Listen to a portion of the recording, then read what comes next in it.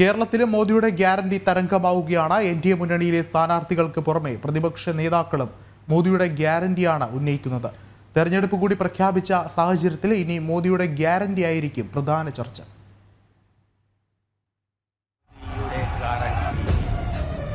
മോദിയുടെ ഗ്യാരണ്ടി, മോദിയുടെ ഗ്യാരണ്ടി, മോദിയുടെ ഗ്യാരണ്ടി.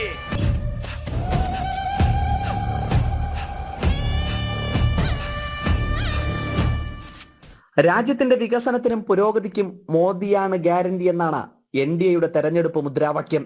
കേരളത്തിലും മോദി ഗ്യാരണ്ടി എന്ന വാക്യം തരംഗമായി കഴിഞ്ഞു. കഴിഞ്ഞ ദിവസം പത്തനംതിട്ടയിലും കേരളത്തിന്റെ വികസനത്തിന് ഇതേ ഗ്യാരണ്ടിയാണ് രാജ്യത്തിന്റെ പ്രധാന സേവകൻ ഉയർത്തിയത്.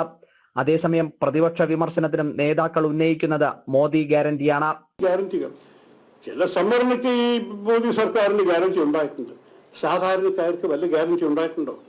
2 കോടി തൊഴിൽ എല്ലാ വർഷവും ഉണ്ടാക്കാന്ന് പറഞ്ഞ സർക്കാർ 1 കോടി തൊഴിൽ നഷ്ടപ്പെട്ടിട്ടേ.